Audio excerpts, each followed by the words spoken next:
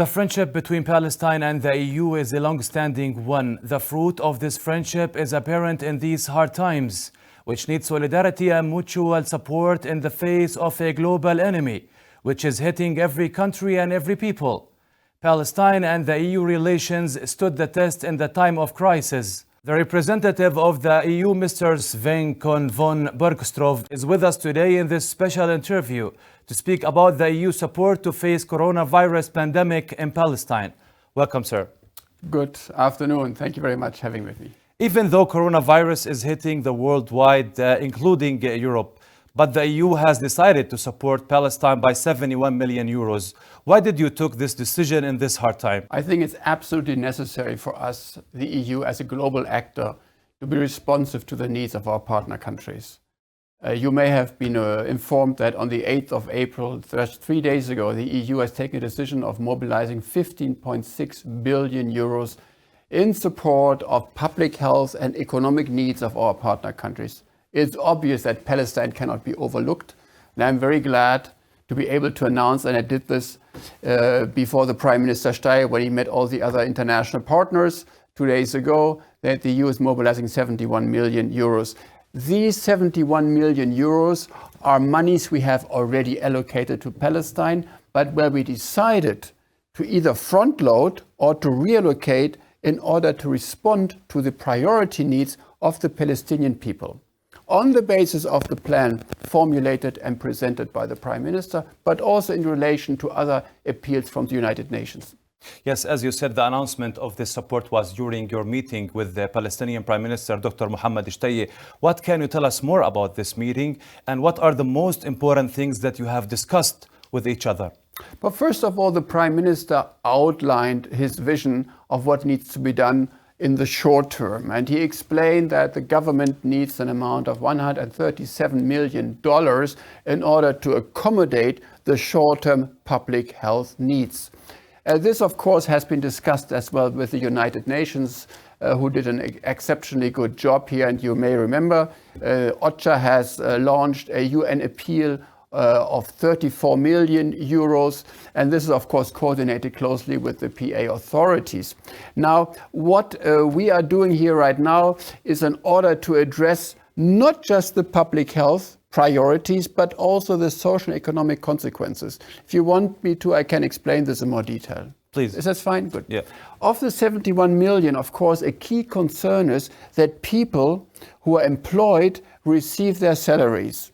And if you know that the government suffers from a widening fiscal deficit, it's absolutely essential that the PA and the Ministry of Finance is in a position to honor its commitment to the extent possible to the people it employs. That's the reason why we decided to front load, meaning advance the payments of an amount of 40 million euros. Initially, this payment would have been done at the end of the year. But because of the crisis, we decided to front load these 40 million euros to the month of May and July, which we think are the most critical months because of the coronavirus. We also decided to top up, meaning to increase by 5 million euros, our cash transfer scheme, which is supposed to address the poorest family in the West Bank. So the vulnerable segments of the Palestinian population gets these extra monies in order to be able to survive that period. Then we have, please go ahead if you have another question. And then we have, of course, we have for the East Jerusalem hospitals, which are chronically underfunded, we have decided to reallocate an amount of 9.5 million euros to give them the support now, so they then actually face off the crisis. What does it mean? It means paying their personnel, if need be hiring new personnel. It means protection equipment. It means testing kits and respiratory treatment for people who are intensive care. And that is very, very important, including because of the withdrawal of US aid from the hospitals 2 years ago, which of course is very sad. So one more reason for us to become active. And then last but not least, we have to do something also for the real economy, meaning the enterprises, the businesses. So here we decided to increase by 5.5 million in amount which we want to channel through small and medium-sized enterprises, also in Gaza, so that through our German development bank KfW, we can facilitate on lending, loans, or even equity into these enterprises which are struggling and which need to stay afloat. Yes, Palestinian refugees are the neediest people in these circumstances. Yeah. It is good that the EU assigned extra support for them, especially that the UNRWA has been suffering financially for years. Yeah. Are you planning for more support to the UNRWA in the future? So I think it's very important that you mention UNRWA. As you may recall, in March, I made an announcement here whereby I said we decided to front-load 80.82 million euros to UNRWA. This was supposed to be the payment for the entire year 2020. But because of the emerging needs of UNRWA, we decided to, in one big go, pay out this money now so they can actually fund the operations they need now. But this is still not enough. So we decided to look into further possibilities. And of the 71 million, 4 million are supposed to address the UNRWA emergency appeal, which was launched a few days ago, whereby we support people in need in the West Bank and Gaza refugee camps, and we provide money to UNRWA so that they can hire people, medical personnel, education people, to catering for those in need because and under the coronavirus crisis. So we very much are concerned at what is happening, including notably in Gaza, and try our very best to support them. And by the way, when you talk about Gaza, I should mention that through our humanitarian aid, which is our agency ECHO, we mobilize an amount of up to nearly 7 million euros to address needs there. Health needs, nutrition needs, but also cash transfer needs for poor family, and also other needs which relate directly to addressing the coronavirus crisis. Through WHO, the World Health Organization, other bodies, the ICRC, for instance, and also NGOs doing the job there. If we speak about coronavirus problem or crisis in the world, how does the EU evaluate the measure taken by the PA since the beginning of coronavirus pandemic? Well, first off, I think we need to commend President Abbas for having declared a state of emergency very, very early in the process. That had enabled then Prime Minister Steyer to take necessary measures, which he did immediately in terms of closing off Bethlehem, making sure that in terms of transfer and transfer and movement of people, the governorates were protected, and trying to impose proper screening to the extent possible at the crossing points, provide for quarantine centers, and equip the hospitals and medical centers to the extent possible. Of course, many things were not there because nobody was prepared for the crisis, and that's the reason why immediately the United Nations organizations and others tried to help, and this is still a process, I think, but I think you can say if you compare the figures you have in Israel and the figures you have in Palestine, I mean, you're much better off. We have 2 fatalities only. And as we speak, I think we have 268 people infected as of today. I think this is very much thanks to the early and robust action by the authorities. Of course, Gaza is a different animal because the PA has a very limited capacity to act upon Gaza. Yeah. And it's very important, I think, that we continue working very closely, when I say we, the donor community, but you, the PA, and the authorities, with the Israeli authorities to facilitate the entry of much needed equipment, notably in Gaza. This relates to ventilators, this relates to protection equipment and testing kits. And we have heard that Gaza complained that as of today or as of yesterday, there isn't even testing kits there. So it's very important to support this in an unbureaucratic and swift manner. And I got reassurances from the Prime Minister that he's doing his very best, and his people as well as Minister of Health. And of course, it's important for the Israeli authorities as the occupying power as well to their level best to ensure that. In the political side, Israel is taking advantage of the situation in expanding settlements and demolishing houses and arresting Palestinians. What can the EU do about this? Well, first of all, let me clearly say that despite the improved coordination between the Israeli authorities and the Palestinian authorities to contain the spread of the coronavirus, despite this, which of course we commend in terms of dialogue, communication, facilitation, it is not acceptable that demolitions continue or that settler violence is on the increase. We strongly, under international law and international humanitarian law, call on the Israeli authorities to stop this or do the level best to ensure protection of the Palestinian population when they're attacked by settlers. That's a responsibility as an occupying power. And that's a very clear obligation under international law. Yes, but the Palestinians are asking the EU for more political pressure on Israel. So what we are doing concretely, I've been in calls with the Israeli authorities. You know, my interlocutor is Kogat directly. But I also know, and I have been informed, that my colleagues in Tel Aviv, the ambassador in Tel Aviv, has been in contact with the Israeli authorities. There have been discussions as well as headquarters level to address this issue. And we protest against these matters, of course. And then we have the West Bank Consortium, which you have possibly heard of, where a number of important donors, including the EU, are represented. And we wanted to have very closely decisions. I have twice already sent a letter to the commanding officer in Kogat, complaining about the issue of demolitions and settler violence. Of course, there's only so much we can do as a diplomatic actor, but we clearly underline the importance of demolitions and settler violence being entirely against the established parameters under which we have formulated our position towards Palestine as a future independent, democratic and prosperous state. Yes, but the world economy is facing the greatest challenge in the recent history, not only in the third world countries, but also in the big economies around the world. How do you see the economic future of the world? Well, this is, of course, a question which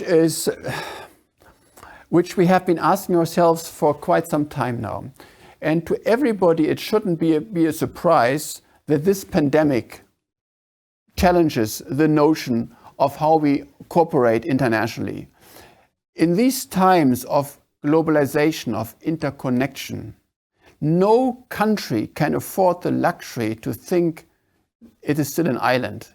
No continent can think it can do it on its own. It's a global issue. And when you look at climate change and pandemic, financial crisis, these are global phenomena which need to address through global actions. And that's the reason why the EU always supports multilateralism, internationalism, responsibility. We as a global actor, as a supranational institution where member states pooled sovereignty and gave us a certain degree of action on behalf of the 27, is best placed to move forward. And we took the leadership in coordinating many aspects under the COVID-19 crisis. So how do I see the future? It's a call for more solidarity, for better coordination, and for better and more resource sharing.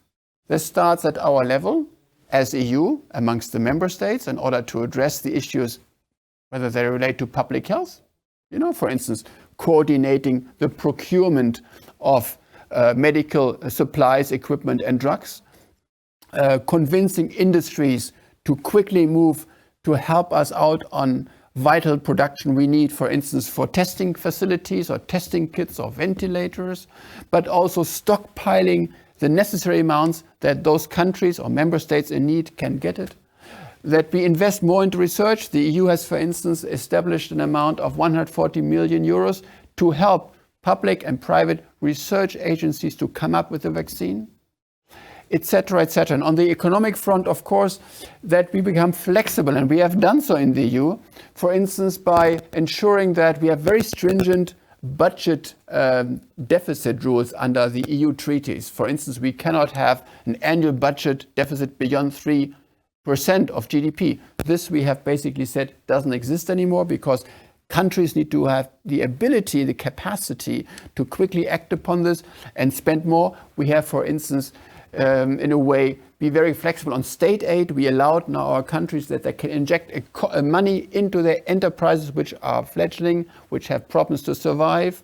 So, and we have also ensured that the European Central Bank, which is the major monetary authority for the euro, has been given an amount of 700 billion euros to repurchase bonds so that countries in need can refinance themselves. And last but not least, we have just yesterday decided at the Ministry of Finance level in the EU that an amount of 500 billion euros has been set up as a safety net for countries in need so they can immediately have access to. This is basically a loan which very unbureaucratically can be given to them and then repaid over time. These are all measures which are an expression not just of a solidarity but of economic reasoning, because you cannot be ignorant to a crisis which is just a health crisis, which is a serious economic crisis. The IMF said this is possibly the most serious economic crisis ever since the Great Depression in the 30s. Yes. So we are talking about a serious issue that affects Europe, the US, Asia, and of course also developing countries like Palestine. And because of that, we have a global responsibility to address this. Yes, humanity now is under a great test. Could this make the world a better place in terms of humanitarian solidarity in the future? I would very much think and hope so. I mean, what else do you need to wake up? What else do you need to wake up? If, because of globalization and interconnection, you can be infected by me because I come from a country where we had a great breakout of violence. And your family could be infected. Or because you lived with your grandmother and your grandfather, they could be affected. And they're the most critical ones. So we have to wake up and say, we as a world need to work much better together. Meaning we have to pool resources and we have to develop mechanisms at international level, at the UN level and other bodies, to more effectively and more speedily and to act. So preparedness and resilience at international level is very, very important. But let me just say something about the national level. I think governments have to ask themselves as well how they see their responsibility to the citizen. Even those countries who are not like we in an international or supranational organization, they have to think about what is my responsibility? What do I do with public policy? In some countries, for instance, public policy towards health has been completely neglected. Hospitals have been privatized, people have not been recruited, etc., etc. This now led these countries completely unprepared for this crisis. So the contract between the citizen and the state has to be reformulated, because we are going to face in the future many of these crises. Who guarantees us that next year we don't have a mutation of this virus in a different form? Yeah. If you look at the past few years, we had SARS, we had the swine flu, we had Ebola, AIDS, of course, right? So we have to be prepared for these things. And this is just the pandemics. The same is true for when you talk about financial crisis. We had in 2008 the major collapse of the stock market because of the problems in the US, which immediately trickled down and led to a huge recession. We're going to face exactly the same thing right now, but corroborated and combined with a pandemic, which is even more severe. So we have to be prepared for these things and develop institutions and mechanisms to be better prepared and to be more resilient and to be quicker in our response. My last question in this interview, what is the EU message to the Palestinian people? Well, now coming back from the international thing, back to the Palestine situation. You know, from someone who comes from abroad, and I've been here only for 10 weeks, so I just arrived on the 31st of January. So, and I was hit by two crises. The first crisis when I literally arrived, was the announcement of the Trump plan. Yeah. And shortly thereafter was the outbreak of coronavirus. So if I look at these two crises, three things come to my mind. The first is come together as a people, overcome the splits. This is political and in all other relations. So unification and reconciliation is absolutely important. Second, stay united. Because only if the Palestinian people and its political leaders stay united, you can face off the challenges which you're going to have to deal with. Not just political, but any other challenge. And thirdly, and I think it's very important for everybody, don't give up hope. Because that's what makes you go forward, and that makes us believe in your future as a state and as a people. Finally, we would like to express our gratefulness to the EU for being a good friend for us. Special thanks for the EU representative, and thanks for watching. Goodbye. Thank you. Okay, thank you.